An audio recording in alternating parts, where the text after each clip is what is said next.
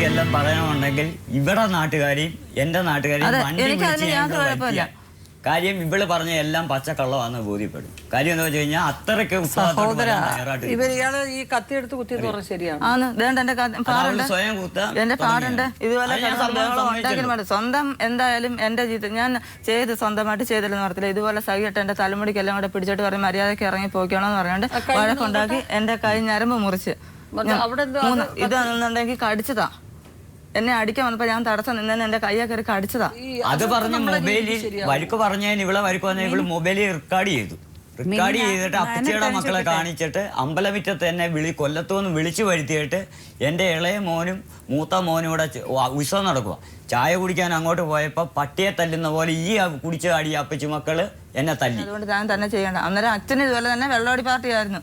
അച്ഛനും വെള്ളം അടിക്കുന്ന ആളായിരുന്നു. അച്ഛനെ അന്നേരം കൊണ്ടുവന്ന് വെള്ളം അടിച്ച് വെച്ച് അവിടെ തന്നെ ചിലപ്പോൾ അവിടെ വെച്ച് തന്നെ കുടിക്കും, ഇല്ലെന്നുണ്ടെങ്കിൽ വീട്ടിൽ കൊണ്ടുവന്ന് വെച്ച് കുടിക്കും. ഇതേ ഒരു സംഭവം അവിടെ നടന്നിട്ടുള്ളൂ. ഈ വിൽപ്പനയ്ക്ക് ഞാൻ അവിടെ മുതലാളിയോട് ഞാൻ ചെന്ന് പറഞ്ഞു, ഇതുപോലെ എൻ്റെ ഭർത്താവ് വെള്ളം അടിക്കുന്നതായതുകൊണ്ട് മറ്റുള്ളവരെ എവിടെ പോയി അടിക്കുകയോ അടിക്കാതിരിക്കാൻ എനിക്ക് തിരക്കേണ്ട കാര്യമില്ല, ഒന്നുകൂടെ നശിക്കത്തതേ ഉള്ളൂ, ഈ കട മുന്നോട്ട് പോകാനും പറ്റത്തില്ല, അതുകൊണ്ട് നഷ്ടമേ വരത്തുള്ളൂ, അതുകൊണ്ട് ഒന്നെങ്കിൽ ഈ കട നിർത്തണം, ഇല്ലെന്നുണ്ടെങ്കിൽ വെള്ളോട് ഇവിടെ നിർത്തണം, നിങ്ങൾ പലപ്പോഴും ചെന്ന് പറയണമെന്ന് പറഞ്ഞു. അങ്ങനെ പലപ്പോഴും പറഞ്ഞിട്ടുണ്ട്. പറഞ്ഞത് പെട്ടെന്ന് പുറപ്പെട്ടു വരണം, ഇവിടെ മുഴുവൻ അനാവശ്യം നടക്കുകയാണ്. അത് അമ്മയാ പറഞ്ഞത്. അത് അമ്മയാ പറഞ്ഞ. അല്ലാതെ ഞാൻ വനിതാ സെല്ലിലായാലും ചെന്ന് വനിതാ സെല്ലിലായാലും ഇപ്പൊ അവര് ഞാൻ പരാതി കൊടുത്തെന്ന് പറഞ്ഞാൽ വീട്ടിൽ വന്ന് കിടന്ന് ഇതുപോലെ ഭയങ്കര ബഹളം നടന്നപ്പോഴാണ് എന്നോട് പറഞ്ഞ് നീ അവിടെ വന്ന് താമസില്ലെന്നുണ്ടെങ്കിൽ നീ എനിക്ക് ഡൈവേഴ്സ് ചേട്ടാ, എനിക്ക് വേറെ കെട്ടാൻ പോയാൽ കടയുടെ കാര്യം അദ്ദേഹം പറഞ്ഞത് അയാൾ കട നടത്തുന്ന ഓണറാണ് വിളിച്ചു പറഞ്ഞത്. പറഞ്ഞിട്ടുണ്ടെന്നുണ്ടെങ്കിൽ അന്നേരം എന്നെ എന്തുകൊണ്ട് അവരെ ഇറക്കി വിട്ടുകൂടാ? അവർക്ക് വിട്ടുകൂടാ, ഇറക്കി ഷട്ടർ വിളിക്കാന്.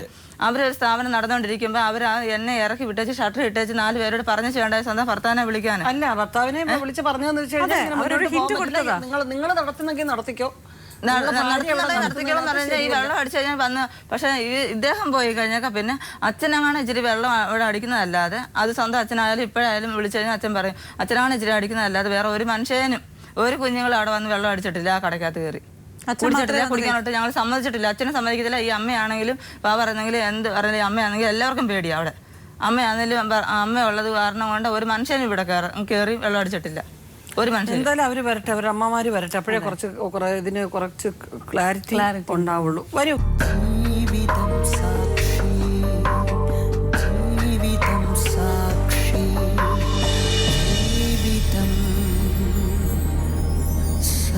അജയനെ കൂടാതെ എത്ര മക്കളാണ് അമ്മയ്ക്ക്? അജയനും പിന്നെ അജയനും അവൻ്റെ ഇളയ ഒരനിയനും. 2 പേരേ ഉള്ളൂ? 2 പേരേ ഉള്ളൂ. പെമ്മക്കളാരും ഇല്ല? ഇല്ല. കല്യാണത്തിന് അജയന് അത്ര വലിയ താല്പര്യം ഉണ്ടായില്ല, അമ്മയുടെ നിർബന്ധം കാരണം ആ പഴയ ആ ബന്ധുവായിട്ടുള്ള കല്യാണം നടത്താൻ പറ്റത്തില്ല എന്ന് പറഞ്ഞിട്ട് അജയൻ മരിക്കാനൊക്കെ ഒരുങ്ങിയതാണ്. അവൻ തൂങ്ങിയതായിരുന്നു. ശരിയാണ്, അത് നടത്തണമെന്നും പറഞ്ഞു. പക്ഷെ 2 മരണം ചെയ്തു. മിനിയെ കെട്ടിക്കഴിഞ്ഞും ചങ്ങനാശ്ശേരി ഹോട്ടലിൽ കിടന്ന് ഞാൻ കുരുടാൻ അടിച്ചു ഈ അടുത്ത സമയത്ത്. ഒരു 3-4 മാസമായതേ ഉള്ളൂ. അന്ന് ഞാൻ പറഞ്ഞില്ല ചങ്ങനാശ്ശേരി ഇവള് വീട്ടിൽ ചെന്നാൽ പിള്ളേർക്ക് വിഷം കൊടുക്കുമെന്ന്. അത് കഴിഞ്ഞ് 2-3 ദിവസം കഴിഞ്ഞ് കഴിഞ്ഞപ്പം കൂട്ടുകാരൻ എന്നെ തല്ലുകയും ചെയ്തു ആശുപത്രി കൊണ്ടിട്ട്. കാര്യം ഇത് കഴിച്ചതിന്. നിനക്ക് പോയി കഴിഞ്ഞാൽ എൻ്റെ 2 കുഞ്ഞുങ്ങളെ നീ ഓർക്കത്തോടാൻ വന്നിട്ട് ഞാൻ വിഷം അടിച്ച് ഓവറായി. അവിടുത്തെ ഹോട്ടൽ മാനേജരും എല്ലാവരും കൂടി പൊക്കിയെടുത്ത് അവിടെ ചങ്ങനാശ്ശേരിയിലും കണ്ട ഒരു ഹോസ്പിറ്റലിൽ അഡ്മിറ്റ് ചെയ്തു. അവരൊക്കെ എങ്ങനെ അറിഞ്ഞു നിങ്ങൾ റൂമിൽ ഇത് കഴിച്ചു? കഴിച്ചോ പറഞ്ഞു കഴിഞ്ഞാൽ എൻ്റെ റൂമിൽ മറ്റുള്ള കൂട്ടുകാരും ഉണ്ടായിരുന്നു. അവരെല്ലാം പുറത്ത് ജോലിക്ക് പോയപ്പോൾ അവിടെ ജോലി ചെയ്യുന്ന ഹോട്ടലിൽ ജോലി ചെയ്യുന്ന ആൾക്കാരാണ്. അവര് ഡ്രസ്സ് മാറാൻ കണ്ട് വന്നപ്പം ഓവറെ വായിക്കൂടെ പത വരികയോ ബെഡ് വേണ്ടൊക്കെ വന്ന് അവർ പൊക്കിയെടുത്ത് കൊണ്ടുപോയി. അവർക്കല്ലെങ്കിൽ പ്രശ്നമാകത്തില്ലേ? അങ്ങനെ കൊണ്ടുപോയി കഴിഞ്ഞപ്പോൾ അവർക്കറിയാം ഈ വെള്ളുവായിട്ട് പ്രശ്നമുണ്ടെന്നുള്ള എൻ്റെ കൂടെ താമസിക്കുന്ന ജോലിക്കാർക്ക് അറിയാമായിരുന്നു. അപ്പൊ അങ്ങനെ ചിലപ്പം കഴിച്ചേക്കാം. അപ്പൊ പലപ്പോഴും ഞാൻ പറഞ്ഞിട്ടുണ്ട് സഹിയായിട്ടും അടുത്തു ചെയ്യുമോ. ഇന്നലെയും പറഞ്ഞു ഇവരുടെ വീട്ടിൽ ചെന്ന്. ഇന്നലെയും പരസ്യമായിട്ട് ഞാൻ നാട്ടുകാരെ വിളിച്ച് കൂട്ടിയിട്ട് ഞാൻ പറഞ്ഞു, ഒന്നിൽ എൻ്റെ കൂടെ വന്ന് പിള്ളേരെ കൊണ്ട് താമസിക്കുക, ഇല്ലെങ്കിൽ ഒന്നിൽ ഇവിടെ കൊന്നിട്ട് ഞാൻ പത്തനംതിട്ട ജയിലിൽ അങ്ങ് ആജയാകുമോ, ഇല്ലെങ്കിൽ ഞാൻ സ്വയമേ അവരുടെ വീട്ടിൽ ചെന്ന് അനുസരിക്കും. അവിടെ വന്നു പറഞ്ഞ കാരണം നിന്നെ സുഖമായിട്ട് ജീവിക്കാൻ ഞാൻ സമ്മതിക്കത്തില്ല. ഇന്നലെ വന്ന് പറഞ്ഞ കാര്യം സുഖമായിട്ട് ജീവിക്കാൻ സമ്മതിക്കത്തില്ല. ഒന്നെങ്കിൽ ആസിഡെടുത്ത് മുഖത്ത് ഒഴിക്കുവോ, അത് എവിടെ ഇറങ്ങിയാന്ന് പറഞ്ഞു. വീടിന് വെളിയിൽ ഇറങ്ങിയാലും ഞാൻ അത് ചെയ്തിരിക്കും. അത് ഒന്നെങ്കിൽ ഞാൻ ചെയ്യും, അല്ലെങ്കിൽ എൻ്റെ കൂട്ടുകാരനെ കൊണ്ട് അത് ഞാൻ ചെയ്യിപ്പിക്കും. അതുപോലെ വെട്ടേറ്റ് മുറി ഏൽപ്പിക്കുകയും ചെയ്യും. അങ്ങനെ ആയാലും നിന്നെ ഞാൻ കൊന്നിട്ട് ഞാൻ ജയിലിൽ പോയി. എനിക്ക് അതിന് യാതൊരു പേടിയില്ല. കാര്യം ഞാൻ 4 വർഷം കൊണ്ട് ജീവിക്കാൻ വേണ്ടിയിട്ടല്ല. എന്നിട്ട് പറഞ്ഞ ഞാൻ അല്ല ജീവിതം ഒരു സ്ത്രീയെ മക്കളുമായിട്ട് ഒരുമിച്ച് താമസിക്കാൻ പാലുകാച്ചും കഴിഞ്ഞിരിക്കുന്ന ഒരാൾ പോയി പറയുന്ന ഈ ഭാഷയാണോ? അല്ല ഇണങ്ങിയും പിണങ്ങിയും നമ്മൾ അല്ല ഇണങ്ങിയും പിണങ്ങിയും ഓക്കെ, നിന്നെ ആസിഡ് ഒഴിക്കുക, അല്ലെ നിന്നെ വെട്ടിക്കൊല്ലും, എന്നിട്ട് ഞാൻ ജയിലിൽ പോകും. അല്ലെന്നുണ്ടെങ്കിൽ ആ ബുദ്ധിയില്ലാത്ത കുട്ടിയും മറ്റേ കൊച്ചും വഴിയാതാരായാലും കുഴപ്പമില്ല, എന്റെ വാശിയങ്ങ് നടക്കട്ടെ എന്ന് പറയുന്നതാണോ ഇയാള് ഭാര്യയെ താമസിക്കാൻ? നിങ്ങളുടെ ജീവിതം നോക്കുകയാണ് പിന്നെയും ഞാൻ താണു കൊടുക്കുന്ന ഐശ്വര്യ ഇവിടെ എന്നെ ഒരു കോമാളിയായിട്ട് പിന്നെയും മേളിലോട്ട് കയറിക്കൊണ്ട്. അങ്ങനെയല്ല അജയ, നിങ്ങൾ ദേഷ്യത്തിൽ പറയുന്ന ഈ വാക്കുകളൊക്കെ ഒരു സ്ത്രീക്ക് ഭയം വരത്തില്ലേ പിന്നെ നിങ്ങളോട് ഒന്ന് താമസിക്കാൻ? ഭയോ ഇവരുടെ വീട്ടിലോട്ട് ഞാൻ ചോദിച്ചോട്ടെ, ഇവള് കാണിച്ച ഇന്നലെ തന്നെ ഇവള് കൂടെ അനിയത്തിയോടെ എന്നെ തല്ലാൻ വന്ന അവിടുത്തെ നാട്ടുകാരാണ് വിളിച്ചു വലിച്ചു. ഇപ്പോൾ തന്നെ അവരുടെ മിറ്റത്തുള്ള ഒരാളിനെ കൊണ്ടെങ്കിലും എന്തെങ്കിലും ഒന്ന് പറയിപ്പിക്കാൻ ഇവളെ കൊണ്ട് പറ്റൂ. എന്നെ ഭയന്നിട്ടോ അല്ല ഇദ്ദേഹത്തിനെ ഭയന്നിട്ടോ അല്ലായിരിക്കാം. അവരൊക്കെ ഇച്ചിരി വലിയ നല്ല ഒരാൾക്കാരൊക്കെയാ. അവർ പറയുമോ ഇല്ല എന്നുള്ളത് എനിക്കറിയത്തില്ല. കാരണം ഞങ്ങളുടെ അച്ഛൻ മരിച്ചു കഴിഞ്ഞാൽ പിന്നെ നമ്മൾ സഹകരിക്കും, ആൾക്കാരോട് മിണ്ടും എന്നുള്ള ഒരു ഇതല്ലാതെ ഒരു കാര്യത്തിനും ഇല്ല. എന്ന് വെച്ചാൽ ഇദ്ദേഹം വന്ന് പലപ്പോഴും വീട്ടിൽ വന്ന് കിടന്ന് ബഹളം ഉണ്ടാക്കിയിട്ടുണ്ട്. അവരാരും വീട്ടിൽ കയറി വന്നിട്ടില്ല. അത് നിങ്ങളുടെ കുടുംബ പ്രശ്നമാണ്, അത് നിങ്ങൾ തമ്മിൽ തീർത്താൽ മതി എന്നാണ് പറഞ്ഞിട്ടുള്ളത്. എത്ര നാളായി ഇപ്പൊ ഈ കുട്ടി നിങ്ങളുടെ വീട്ടിൽ? ഇവൻ വെള്ളം അടിച്ചിട്ട് അവിടെ ഭയങ്കര വഴക്കെന്ന് പറഞ്ഞാലും പല പ്രാവശ്യം നടന്നു. ഞങ്ങൾ പിന്നെ മുറ്റത്ത് കിടന്നു, മഞ്ഞത്ത് കിടന്ന് പിറ്റേ ദിവസം ഞാൻ വന്നിട്ടുണ്ട്. രാത്രി പിന്നെ പെരയുടെ പണി നടത്തിയിട്ട് പിന്നെ പെരയുടെ പണി നടക്കുന്ന ഉടനെ ആ പെരയുടെ പണിയെല്ലാം തീർത്തേച്ച് കുപ്പി എടുത്തുകൊണ്ടുവന്ന് വെള്ളം അടിച്ചിട്ട് ഇവളെ കുത്താൻ ചെല്ലുകയും ഒക്കെ ആയിരുന്നു. ഇവിടെ ദേഹത്ത് പാടുണ്ട്. ആ പാരാത്രിക്ക് ഞാൻ ഇരുന്നുറക്കം ഉളച്ച് വേറെ ഒരാളുടെ വീട്ടിൽ ഇരുന്നുകൊണ്ട് ഞാൻ എൻ്റെ കുഞ്ഞിനെ എൻ്റെ വീട്ടിൽ കൊണ്ട് താമസിപ്പിച്ചിട്ടുണ്ട്. പല പ്രാവശ്യത്തെ അനുഭവങ്ങളായി. കൊടുമണ്ണ് പോലീസ് സ്റ്റേഷനിൽ എൻ്റെ അനിയൻ്റെ കൂടെ എൻ്റെ ഇളയ മോടെ ഭർത്താവിൻ്റെ കൂടെ ഇവള് താമസിക്കുന്നതെന്നും പറഞ്ഞ് ഇവൻ കൊണ്ടുവന്ന് പന്തളം പോലീസ് സ്റ്റേഷനിൽ കേസ് കൊടുത്തു. ആ കേസ് കൊണ്ടുവന്ന് കൊടുമണ്ണ് പോലീസ് സ്റ്റേഷനിൽ നടത്തുന്നു. എന്നിട്ട് ഞാൻ എന്ത് തന്തയും കൊണ്ട് പിന്നെ പത്തനംതിട്ട പിന്നെ കോട്ടയം മെഡിക്കൽ കോളേജിൽ കിടന്ന ആള് പത്തനംതിട്ട ജില്ലാ ആശുപത്രിയിൽ 7 മാസം മൊത്തം കിടക്കുന്നു. ആ മനുഷ്യനെയും കൊണ്ട് 1 വർഷം മൊത്തം അയാൾ കിടന്നു വയ്യാതെ. സത്യം ആ മനുഷ്യന് ആഗ്രഹം ഉണ്ടായിരുന്നു എൻ്റെ കുഞ്ഞിനെ ഒന്ന് കാണണമെന്ന്. എന്നാൽ പോലും ഇവർ വിടത്തില്ലായിരുന്നു. അവിടെ വഴക്ക് നടത്തിക്കൊണ്ടിരിക്കുക. അപ്പോൾ ഇളയ കുഞ്ഞിനോട് പറഞ്ഞു, നീ ഒരു കാര്യം ചെയ്യും, നിങ്ങൾ രണ്ടും കൂടെ ചെന്ന് ആ കൊച്ചിനെ ഇങ്ങ് വിളിച്ചോണ്ട് പോരെ, ഇനി നിങ്ങൾ വിടണ്ട, ഞാൻ ജീവിച്ചാലും ഇല്ലല്ലോ ഇനി എന്നെ കൊണ്ട് ഇതേ ഒക്കത്തുള്ളൂ, എൻ്റെ കുഞ്ഞിനെ ഇനി വിടല്ലേ എന്ന് പറഞ്ഞു. അന്ന് തൊട്ട് ഇന്ന് ഈ 4 വർഷം വരെ എൻ്റെ വീട്ടിൽ നിൽക്കുക ഈ കൊച്ച്. ഞാൻ സത്യാവസ്ഥ പറയാമല്ലോ. അത് കഴിഞ്ഞ ഉടനെ ഇവൻ വെള്ളം അടിച്ചിട്ട് വന്ന് നിലവിളക്കം എടുത്തു കൊച്ചിനെ കുത്താൻ ഭാവിച്ചു. എൻ്റെ അമ്മായിയമ്മയുണ്ട്, ഞാനുണ്ട്, എൻ്റെ കൊച്ചുണ്ട്, എൻ്റെ പിള്ളേർ 2 ഉണ്ട്. ഈ ഇളയ കൊച്ചും ചെറുക്കനും അവിടെ ഇല്ല താനും. മൂക്കറ്റം വെള്ളം അടിച്ചിട്ടാണ് വന്ന് ഭയങ്കര വഴക്കായിരുന്നു. എടാ അജയ നീ അത് ചെയ്യാൻ പോരെന്നും പറഞ്ഞ് നിലവിളക്ക് പിടിച്ച് മേടിച്ച് ഞാൻ മാറ്റി വെച്ചോണ്ട് ഞാൻ അവനെ വഴക്ക് പറഞ്ഞു, നീ നാളെ ഇവിടുന്ന് ഇറങ്ങിക്കോണം, എൻ്റെ കൊച്ചിനെ ഉപദ്രവിക്കാനൊക്കത്തില്ലെന്ന് ഞാൻ പറഞ്ഞു. എനിക്ക് എൻ്റെ കൊച്ചിനെ നിൻ്റെ കൊലയ്ക്ക് വന്നിട്ട് എനിക്ക് ജീവിച്ചിട്ട് കാര്യമില്ലെന്ന് പറഞ്ഞു. സത്യമാണ് പറഞ്ഞ കാര്യമാണ്. ഞാൻ പറയാം, ഇവിടെ സത്യാസാര ഞാനുള്ള കിടക്കാട മൊത്തവും വിറ്റ് ഒരു പിന്നെ ഇളയ കൊച്ചുണ്ടായി. ആ കുഞ്ഞിനെ പിന്നെ ഒരു കാര്യം പറയുവോ യാതൊരു കാര്യവും ചെയ്യത്തില്ല, വിലങ്ങ പരുവത്തിൽ കിടക്കുക. പിന്നെ പെടലി നൂരത്തില്ല, കാല് നൂരത്തില്ല. എന്തുമാത്രം ആശുപത്രി കൊണ്ടുപോയി രക്ഷപ്പെടുത്തുവന്നുണ്ട്. ഇന്നിപ്പം എൻ്റെ കുഞ്ഞിനെ തിരുവനന്തപുരത്ത് ആശുപത്രി ഇവിടെ ഞങ്ങൾ 2 പ്രാവശ്യം ഇപ്പം ഈയിടെയായിട്ട് കൊണ്ടുവന്ന് ആശുപത്രി കൊണ്ടുപോയേച്ച് ഇപ്പം ഇവിടെ പത്തനംതിട്ട അതിൻ്റെ തെറാപ്പി ചെയ്യാനെ കൊണ്ട് കൊടുത്തിട്ടുണ്ട്. അതിന് നാക്കിൻ്റെ അടിയിൽ ഒരു കെട്ട് വന്നിട്ടുണ്ട്, അതിന് ഒരു ഓപ്പറേഷന് കേട്ടോ. ഞാൻ കഷ്ടപ്പെടുന്ന മൊത്തവും എൻ്റെ നാട്ടുകാരോട് ചോദിച്ചാൽ എൻ്റെ കൂടെ നടക്കുന്നവരോടും ചോദിച്ചാൽ സത്യാവസ്ഥ അറിയാം. ഇദ്ദേഹം പറഞ്ഞു ഒരു ദിവസം ഇങ്ങനെ മകളെ വിടുന്നില്ല എന്ന് പറഞ്ഞല്ലോ ഇദ്ദേഹം. പക്ഷെ ഏതോ ഒരു ദിവസം പൊടുന്നനെ ഒരു ഫോൺ കോൾ അമ്മയുടേത് വരികയും മകള് ചോറ് പോലും ഇല്ല അത് വെറും പച്ചക്കള്ളം. എനിക്കുണ്ട്.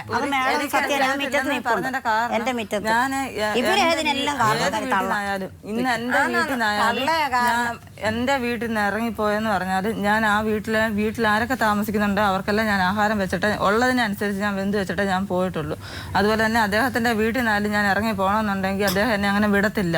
എന്റെ വീട്ടിലായാലും പോണെന്ന് പറഞ്ഞു കഴിഞ്ഞാൽ എന്നോട് പറയും പോകരുതെന്ന് പറയും. സ്ഥലത്തില്ല. ഉള്ള സമയത്ത് ഞാൻ വിളിച്ച് എന്റെ അച്ഛൻ മരിച്ചപ്പോൾ സ്ഥലത്തില്ലായിരുന്നു.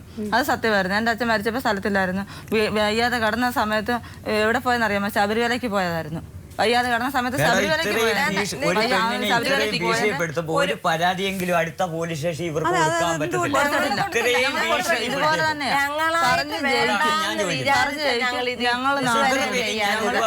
സത്യമുള്ള കാര്യം പറയാം. ഇന്ന് എന്റെ മോന്റെ എനിക്ക് 2 പെൺപിള്ളേരുള്ള മൂത്ത മോനേക്കാ എൻ്റെ മോനെ കാട്ടി കാര്യമായിട്ട് ഇന്ന് എൻ്റെ ഇവനോടായിരുന്നു കാര്യം. ഞാൻ ചോദിച്ചൊക്കെ ഞാൻ കൈ കിട്ടുന്ന പൈസയാന്നേലും എല്ലാം കടമെടുത്ത് ഇഷ്ടം പോലെ ഞാൻ പൈസ കൊണ്ട് കൊടുത്തിട്ടുള്ളത്. എൻ്റെ കുഞ്ഞ് എങ്ങനെയും ജീവിച്ചു പോയിട്ടുണ്ട്. പക്ഷെ ഈ ചതുവ് ഞങ്ങളോട് ചെയ്തത് ഒരിക്കലും ഒരു കാര്യം ചോദിച്ചിട്ടെ, ഇപ്പൊ അമ്മയ്ക്ക് അസുഖമായിരുന്നപ്പം ഏറ്റവും കൂടുതൽ ആ കുട്ടി നിങ്ങളുടെ കൂടെ അത് സഹായിച്ച് എന്റെ കൂടെ ഇരുന്നു. 3 മാസം ഞാൻ സത്യമേ പറയാത്തുള്ളേ. കോടതി ഉങ്ങാലെ ഞാൻ സത്യം പറയാൻ കള്ളം അല്ല അപ്പോ അവരുടെ അച്ഛന് അസുഖമായിട്ട് കിടന്ന സമയത്ത് ഒരിക്കൽ പോലും നിങ്ങൾ അങ്ങോട്ട് വിട്ടിട്ടില്ല. അന്നേരം പോവായിരുന്നു. അജയമിടായിരിക്കും ഒരു അന്നേരം കടയില് ഞാൻ തൊഴിലുറപ്പിനൊക്കെ പോവാന്ന്. എനിക്ക് അസുഖമില്ലായിരുന്നു. അന്നേരം എനിക്ക് തൊഴിലുറപ്പിനൊക്കെ ഞാൻ പോവായിരുന്നു. അവിടെ പോയേച്ച് വരുമ്പം ഇവരുടെ വീട്ടിൽ ആഹാരം അനത്തത്തില്ല. ഞാൻ സത്യമാണ് പറയുന്നത്. ആഹാരം അനത്താതിരിക്കുമ്പോൾ ഞാൻ രാവിലെ എണ്ണീച്ച് ചോറും വെച്ച് എവൻ വന്നപ്പോഴും ആ കടയിൽ മോരുകറിയും ചോറും തോരനും ഞാൻ അവിടെ കൊണ്ട് വെച്ചിട്ടാണ് തൊഴിലുറപ്പിന് പോകുന്നത്. ചോദിച്ചു നോക്കിയാട്ടെ, രാവിലെ കാപ്പി ഉണ്ടാക്കുന്ന വക എൻ്റെ കൊച്ചുമക്കളും എൻ്റെ മരുമോളും പട്ടിണി കിടക്കുവാന്നല്ലോ എന്ന് വിചാരിച്ച് ഞാൻ ആ കടയിൽ കൊണ്ടുവച്ചിട്ടാണ് ഞാൻ തൊഴിലുറപ്പിന് പോകുന്നത്. തൊഴിലുറപ്പിന് പോയിട്ട് വന്നില്ല, ക്ഷീണം കൊണ്ട് ഞാൻ അങ്ങ് കിടക്കും. എന്താ വെച്ചാൽ എൻ്റെ ഭർത്താവ് വന്നങ്ങ് വെള്ളമായിരുന്നു. വെള്ളമായപ്പോൾ എനിക്കൊരു സ്വസ്ഥതയും സമാധാനവും എനിക്കില്ലായിരുന്നു. അത് വരുമ്പോൾ ഞാനും കിടക്കും. എവളോടെ പല ദിവസവും ഞാൻ പറയും, മേളിൽ എവരുടെ വീട് ഒരു ഷെഡായിരുന്നു. അപ്പം വീട്ടിൽ വന്ന് കിടക്കും മോളെ എന്ന് പറയുന്ന പറഞ്ഞാൽ അവൾ അംഗീകരിക്കത്തില്ല. വീട്ടിൽ വന്ന് കിടക്കത്തില്ല, അവിടെ കിടക്കത്തുള്ളൂ. അങ്ങനെ ആയപ്പം പിന്നെ ഒരു ദിവസം എന്നോട് അയലത്തുള്ള ഒരാൾ പറഞ്ഞു, നിങ്ങളുടെ വീട്ടിൽ അജയം വന്നോ എന്ന് ചോദിച്ചു. ഞാൻ അതിനപ്പുറം ഒന്നും ഇവിടെ എനിക്കൊരു സംശയമില്ലായിരുന്നു. നിങ്ങളുടെ വീട്ടിൽ അജയം വന്നോ എന്ന് ചോദിച്ചപ്പോൾ ഞാൻ പറഞ്ഞു, ഇല്ല അജയം വന്നില്ല. പിന്നെ എന്താ നിങ്ങൾ അങ്ങനെ ചോദിക്കുന്നതെന്ന് പറഞ്ഞപ്പോൾ അവരെൻ്റെ അടുത്തൊന്നും പറഞ്ഞില്ല. ഞങ്ങൾ തൊട്ട് മിറ്റവ. അപ്പം ഞങ്ങളുടെ നാത്തൂനോട് എന്ന് പറഞ്ഞപ്പോൾ നാത്തൂൻ ഞാൻ അവിടെ ചെന്നപ്പോൾ എന്നോട് ചോദിക്കുന്നു, ഇച്ചായി എത്ര മണിയാകുമ്പോഴാണ് കിടക്കുന്നത്? അപ്പോഴും ഞാൻ അറിയുന്നില്ല എത്ര മണിയാകുമ്പോഴാണ് കിടക്കുന്നത് എന്ന് പറഞ്ഞപ്പോൾ ഞാൻ പറഞ്ഞു, ഞാൻ 9 മണി 10 മണിയൊക്കെ ആകുമ്പോൾ ഞാൻ കിടക്കും. എനിക്ക് ക്ഷീണമുണ്ട്, ജോലി ചെയ്യുമല്ലോ. നിൻ്റെ ആങ്ങളെ എനിക്കൊന്നും അന്വേഷിച്ചും തരത്തില്ല. അതുകൊണ്ട് എനിക്ക് മാനസികമായിട്ട് എൻ്റെ ശരീരത്തിന് ക്ഷീണമുണ്ട്. അതെന്താ നീ അങ്ങനെ ചോദിക്കുന്നേ എന്ന് ചോദിച്ചപ്പോൾ എന്നോട് പറഞ്ഞു, അത് അവിടെ നിന്ന് ആരാണ്ട് ഇറങ്ങിപ്പോയെന്ന് ഇതുപോലെയൊക്കെ ഇന്നേരും വന്ന് ഇവിടെ വന്ന് പറഞ്ഞു. അങ്ങനെ ഞാൻ ഈ സത്യം അറിയുന്നത് എന്ന് പറഞ്ഞപ്പോൾ ഞാൻ പറഞ്ഞു, എനിക്കറിയത്തില്ല, ഞാൻ കണ്ടില്ല എന്ന് പറഞ്ഞപ്പം അതൊന്ന് വാച്ച് ചെയ്യണമെന്ന് എൻ്റെ നാത്തൂൻ എന്നോട് പറഞ്ഞു. അങ്ങനെ വന്നപ്പോൾ ഞാൻ പല ദിവസങ്ങളിലും ക്ഷീണമായാലും 10 11 മണി വരെ ആ ഷെഡിൻ്റെ മുൻവശത്ത് ചെന്ന് ഞാൻ നിൽക്കുമ്പോൾ രാത്രി 12 മണി വരെയും അവിടെ നിന്ന് ഇങ്ങോട്ട് പറയുന്നത് എന്തുവാന്ന് എനിക്ക് അറിയത്തില്ല. എവൾ അങ്ങോട്ട് പറയുന്നു, സ്നേഹം കുറയ്ക്കണമെന്ന് വെച്ചിട്ട് പറ്റത്തില്ല, അത് കൂടി വരുക. എനിക്ക് 2 കുഞ്ഞുങ്ങളുണ്ട്, അതുകൊണ്ട് കുറയ്ക്കണമെന്ന് വെച്ചിട്ട് പറ്റുന്നുമില്ല, കൂടി വരിക എന്ന് പറഞ്ഞിട്ട് ഞാൻ അവളോടൊന്നും ചോദിച്ചില്ല. ചോദിക്കാതെ അതിൻ്റെ പിറ്റേന്ന് ഞാൻ ചോദിച്ചു, ആരാടി നിന്നെ ഈ ഫോൺ വിളിക്കുന്നത്? അന്നേരം പറഞ്ഞു, അത് അമ്മയായിരുന്നു എന്ന് പറഞ്ഞു. പിന്നെ ഒരു ദിവസം വഴക്കുണ്ടായി അങ്ങ് പോയി, കയറിച്ചങ്ങ് പോയി കഴിഞ്ഞപ്പോൾ മെമ്പറും ഒക്കെ ആയിട്ട് ചെന്ന് ഒത്തുതീർപ്പാക്കി. ഞാനും കൂടെ കൂടിയാണ് പോയത്. ഒത്തുതീർപ്പാക്കി വീട്ടിൽ വന്ന ശേഷം ഇവർ ഈ തള്ള വിളിക്കും, ഇവരുടെ അമ്മ വിളിക്കും. ഇവരുടെ അമ്മ വിളിക്കുന്നുണ്ട്. എവളെന്തോ ചെയ്ത് എവനെ അന്ന് വഴക്കൊന്നും ഉണ്ടാക്കാതെ എവൻ അങ്ങ് പണിക്ക് പോയി മയ്ക്കാടിനാ പോയി കഴിഞ്ഞപ്പോൾ എന്തോ ചെയ്തോ, പച്ചക്കറി മേടിച്ചുകൊണ്ട് കൊടുത്ത് അരി അടച്ചിട്ടേക്കുമായിരുന്നു. ഇട്ടിരുന്ന സമയത്ത് ഇവരുടെ അമ്മ ഒരു ഫോൺ കോൾ വിളിച്ചപ്പോൾ ഇവള് പിള്ളേരെയും എടുത്തും കൊണ്ട് അവൻ അവിടെ ഇല്ല. പിള്ളേരെ എടുത്തുകൊണ്ട് പോയി. ഉടനെ അവൻ വന്നപ്പോൾ ചോദിച്ചു, മിനി എന്ത് ചെയ്യുന്നു ചോദിച്ചു. ഈ ഒത്തുതീർപ്പ് കഴിഞ്ഞ് കൊണ്ടുവന്നതാണ്. മിനി എന്ത് ചെയ്യുന്നു ചോദിച്ചു. 2 മെമ്പറാണ് പോയത്. അന്നേരം പറഞ്ഞു, മിനി എന്ത് ചെയ്യുന്നു ചോദിച്ചാൽ ഞാൻ പറഞ്ഞു മുറ്റത്ത് നിന്നുകൊണ്ട് മിനി അങ്ങ് പോയി, അവരുടെ അമ്മ ആയിരിക്കും വിളിച്ചെന്ന് പറഞ്ഞ് അങ്ങ് പോയി എന്ന് പറഞ്ഞു. അവൻ പുറവിന് പോയി. ഉടനെ അവൻ പുറവിന് പോയി. അവിടെ ചെന്നെന്തൊക്കെ പറഞ്ഞതെന്ന് എനിക്കറിയത്തില്ല. ഇവിടെ ഇത്രയും സംഭവം എൻ്റെ വീട്ടിലുണ്ടായി. ഈ കടയിട്ടപ്പോഴും പിന്നെ അപ്പം ഞങ്ങൾ ഇളയ മോൻ്റെ അടുത്തായിരുന്നു മേഡം. ഞാൻ അച്ഛനും കൂടെ ഇളയ മോൻ്റെ അടുത്തങ്ങ് പോയപ്പോൾ ഇവള് എന്നോട് പറയുന്നു, അതാ ചേട്ടന് സെക്യൂരിറ്റി ആയിട്ട് പത്രത്തിൽ നോക്കി ഒരു ജോലി കിട്ടി, അതുകൊണ്ട് അതിന് പറഞ്ഞു വിടുക എന്ന് പറഞ്ഞ ഉടനെ ഞാൻ പറഞ്ഞു, എന്നാൽ ഒരു കാര്യം ചെയ്യും, പിന്നെ ഞങ്ങളങ്ങ് വരുക, അച്ഛനും ഞാനും വരുക, പിള്ളേരും നിങ്ങളും തന്നല്ലേ ഉള്ളൂ, മനുഷ്യൻ പലതും പറയത്തില്ല, എന്നാൽ ഞങ്ങളങ്ങ്. അന്നേരം ഇളയ അവനും പറഞ്ഞു, അമ്മ പോമേ, ചേട്ടത്തി തന്നല്ലേ ഉള്ളൂ, അമ്മ പോകുമെന്ന് പറഞ്ഞു. അങ്ങനെ അത് കാരണം വെച്ച് ഞങ്ങളിങ്ങി പോന്നു കഴിഞ്ഞപ്പം എന്തോ ഈ തന്തയും കുടിക്കും, കടയിൽ കൊണ്ടുവച്ച് കുടിക്കും. അപ്പോൾ ഈ തന്തയും ഞാനും കൂടെ മുട്ടൻ മഴക്കായി. ഒരാൾ കുടിച്ചിട്ട് അവിടെ അടുത്ത ആ വീട്ടിൻ്റെ കടയുടെ അടുത്തുള്ളതാണ്. കുടിച്ചിട്ട് കടയിലോട്ട് കയറിയപ്പം ഞാൻ പറഞ്ഞു, മിനി അവൻ പോലും ഇവിടെ ഇല്ലല്ലോ, കുടിച്ചിട്ട് ആരെയും കടയിൽ കയറ്റരുത്, അത് നമുക്കത് ശരിയല്ല, നാളെ ഓരോന്ന് പറയും എന്ന് പറഞ്ഞപ്പോൾ അവൾ എന്നോട് പറഞ്ഞു എന്തോന്നു അന്നേരത്തെ ഭാഷ, അത് ചാടി എൻ്റെ പുറത്ത് കയറുമോ അവരെന്ന് ചോദിച്ചപ്പോൾ ഞാൻ പറഞ്ഞു, ഇവിടെയൊക്കെ നല്ല മനുഷ്യരോട് എന്നെ അതുപോലെ വിലയിലാണ് വെച്ചേക്കുന്നത്, ഞാനങ്ങ് പോവാന്നും പറഞ്ഞ് അങ്ങ് വീട്ടിൽ പോയി. വീട്ടിൽ പോയി കഴിഞ്ഞപ്പോൾ അവളെ അച്ഛൻ്റെ അടുത്ത് കുടിയനല്ലയോ അയാളുടെ അടുത്ത് പറഞ്ഞു കഴിഞ്ഞപ്പോൾ അയാൾ എന്തോ ചെയ്തു, എന്നെ കസേരയിൽ നിന്ന് പൊക്കി താഴെ ഇട്ട് എന്നെ അയാൾ അടിച്ചു. അടിച്ചപ്പോൾ ഞാൻ അവനെ വിളിച്ച് പറഞ്ഞു, ഇത് ചീനിയൊക്കെ പിടിച്ചുകൊണ്ട് കൊടുക്കും അമ്മായിയപ്പനെ, ഇല്ല കുടിക്കുന്നത് കൊണ്ട് സപ്പോർട്ടാണ്. അപ്പോൾ ഞാൻ അന്നേരം അവനെ വിളിച്ച് പറഞ്ഞു, എന്നെ ഇതുപോലെ അടിച്ചു, ഞാൻ വയ്യാതെ കിടക്കുന്നത്, എന്നെ കസേരയിൽ നിന്ന് പൊക്കി താഴെ ഇട്ട് എന്നെ അടിച്ചു എന്ന് പറഞ്ഞു. പറഞ്ഞപ്പോൾ അവനെ വിളിച്ച് പറഞ്ഞു, എൻ്റെ തള്ളയെ മേലിൽ നോക്കാൻ പറ്റത്തില്ല, എൻ്റെ തള്ള ഒരു ഓപ്പറേഷനും കഴിഞ്ഞ് വെച്ചേക്കുന്നതാണ്, ഞാൻ അന്വേഷിച്ച് കൊടുക്കുന്നത്, എൻ്റെ പെണ്ണുപിള്ളയ്ക്ക് ചീനിയും പിഴുതി കൊടുത്ത് എൻ്റെ അച്ഛനെ അടിച്ച് കസേരയിൽ നിന്ന് പൊക്കി താഴെ ഇട്ടെന്ന് പറഞ്ഞ് അവനെ വിളിച്ച് പറഞ്ഞു കഴിഞ്ഞപ്പോൾ ഞാൻ എന്നിട്ടും അവളെ അത് ഞങ്ങൾ തമ്മിലൊരു കെറുവായിട്ട് കണക്ക് കൂട്ടിയില്ല. കണക്ക് കൂട്ടാതെ എന്തോ ചെയ്യും. പിന്നെ ഞങ്ങളങ്ങ് ഒന്നാവും. എനിക്കൊരു വൈരാഗ്യമില്ല. എൻ്റെ മരുമകളല്ല മോളായിട്ടാണ് ഞാൻ കണക്ക് കൂട്ടിയത്. മെഡിക്കൽ കോളേജിലും ഓരോരുത്തരും പറയും മോളാണോ എന്ന് ചോദിക്കും. അല്ല അവളോട് ചോദിച്ചു നോക്കിയാൽ അങ്ങനെ സഹകരിച്ചാണ് എന്നെ കൊണ്ടു നടന്നത്. ഞങ്ങളൊരു മുൻവൈരാഗ്യം അങ്ങോട്ടും ഇങ്ങോട്ടുമില്ല. എവളെ മുമ്പേ കൊണ്ടുവന്നു. മറ്റേ മരുമകളെക്കാട്ടി സ്നേഹം എനിക്ക് അവളോടുണ്ട്, കടപ്പാടുമുണ്ട്.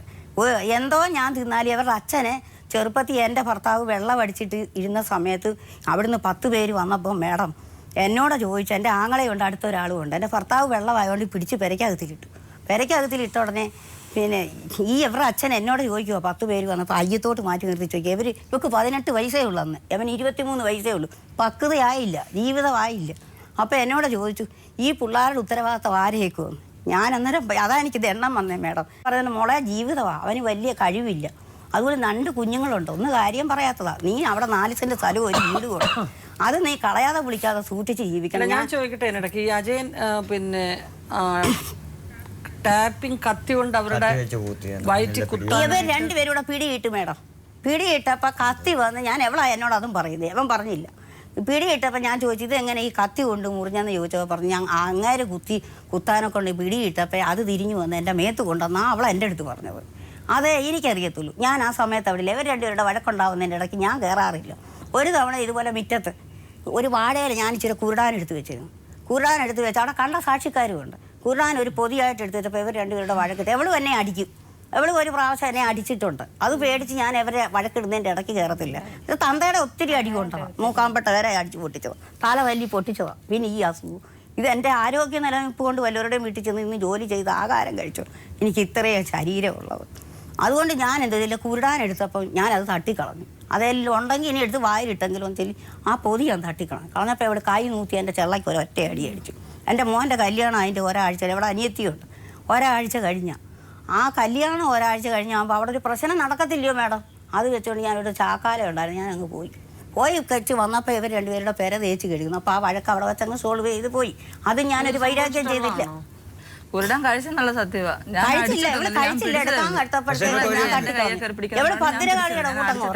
എന്തായാലും ഇന്ന് വരെ ഞാൻ ഗുരുത്തം പറ്റി ഞാൻ ഇതുവരെ തിന്നിട്ടില്ല. ഞാൻ പറയട്ടെ, ഇവരോടൊക്കെ ഈ സ്നേഹം ഇല്ലെന്നുണ്ടെങ്കിൽ ഞാൻ എന്തുകൊണ്ട് ഈ ആശുപത്രി പോയത്? ഞാൻ പോയത് എന്തുകൊണ്ട് ഞാൻ പോയി ഇവർ വന്ന് എന്നിട്ട് ഈ ഭർത്താവ് എന്ന് പറയാം എൻ്റെ തള്ളയാ കടിച്ചിട്ട് നിന്നോട് ഞാൻ പറഞ്ഞു ആശുപത്രി പോയി നോക്കാനെന്ന് പറഞ്ഞു. അന്നേരം ഇവരുടെ എടുക്കൽ ആരുമില്ല, അവരൊരു കൂടെ ആരുമില്ല. ബാധത്തിന്റെ ഒരു ചെറിയ അസുഖമുണ്ട് എൻ്റെ കാലിന്. എനിക്ക് ഇപ്പോഴും എനിക്കിരിക്കാൻ വയ്യ.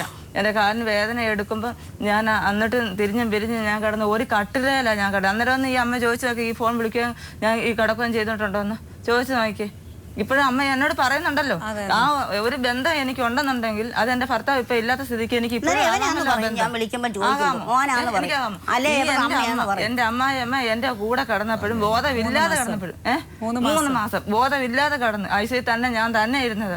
ഒരു ഗ്ലാസ് ചായവെള്ളം കൊണ്ടുവന്ന് തരാൻ എനിക്ക് ആരും ഇല്ലായിരുന്നു. അത്രയ്ക്ക് ഞാൻ കഷ്ടപ്പെട്ടു. അതുപോലെ എൻ്റെ ഭർത്താവ് പറയുന്നല്ലോ എനിക്ക് ചിലവിനുള്ള പൈസ തന്നെന്ന്.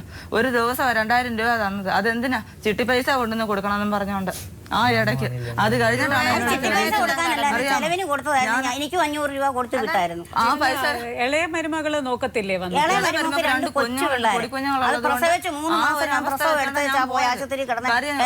ഒന്നിനാണെങ്കിൽ 2.5 വയസ്സേ ഉള്ളൂ. ഇവിടുത്തെ കുഞ്ഞു പിള്ളേരുടെ സ്വഭാവമല്ലേ. മറ്റേതിനാണെന്നുണ്ടെങ്കിൽ 3 മാസം കൊണ്ടായത്. 3 മാസം ആയില്ല. അതിന് മുമ്പേ അമ്മയ്ക്ക് വയ്യാതെ വന്നത്. അവരാരും അതിനകത്തോട്ട് കേട്ടതുമില്ല. ഈ 2 കൈക്കുഞ്ഞുങ്ങളെ എടുത്തോണ്ട് അവരെങ്ങനെ പോകുന്നത് എന്നും പറഞ്ഞുകൊണ്ട് ആ മനസ്സാക്ഷി വെച്ചോണ്ടാണ് ഞാൻ അമ്മ എടുക്ക പോയത്. ഞാൻ സത്യമായിട്ടുള്ള ഞാൻ ആ ഒരു അന്ന് പോയപ്പോ മുതലുള്ള പ്രശ്നങ്ങളായിരുന്നു കൂടുതലും. ഇതിന് തൊട്ട് മുമ്പേ ഈ വന്ന് കരയോക്കാർ വന്ന് പറഞ്ഞപ്പോഴും ഇതെല്ലാം പറഞ്ഞപ്പോഴും ഈ അമ്മ എന്തുകൊണ്ട് അന്നേരം ഈ ഫോൺ വിളിക്കുന്ന കാര്യം അന്നേരം അവരുടെ കൂടെ പറഞ്ഞില്ല? എന്തുകൊണ്ട് അമ്മ എന്നെ പറഞ്ഞില്ല? അങ്ങനെ ഉണ്ട് ഒരു സംശയം ഉണ്ടെന്നുണ്ടെങ്കിൽ ഞാൻ ആ ഒരു രീതിക്കാണെന്നുണ്ടെങ്കിൽ അമ്മ 4 പേരോട് പറഞ്ഞ ആ സമയം തന്നെ അത് മോശമല്ലേ മേഡം? 4 പേരുടെ ഒരു മരുമകളുടെ കുറ്റം കാര്യങ്ങൾ നോക്കൂ. അത് എനിക്കത് ഒരു പറ്റിയതല്ല. കാര്യം പറയാമോ? ഒരു കാര്യം, സംശയം എന്ന് പറയുന്നത് ക്യാൻസറിനേക്കാൾ ഭീകരമായ ഒരു രോഗമാണ്. ആന്നു. ജീവിതം സാക്ഷി എന്ന ഈ ലോക് അദാലത്ത് വളരെ സുതാര്യവും പണച്ചിലവില്ലാത്തതുമാണ്. ജീവിതം സാക്ഷിയിൽ പങ്കെടുക്കാൻ ആഗ്രഹിക്കുന്നവർ ഞങ്ങളെ എഴുതി അറിയിക്കുക. ഞങ്ങളുടെ വിലാസം: ദ പ്രൊഡ്യൂസർ, ജീവിതം സാക്ഷി, കൈരളി TV, കൈരളി ടവേഴ്സ്, പാളയം, തിരുവനന്തപുരം.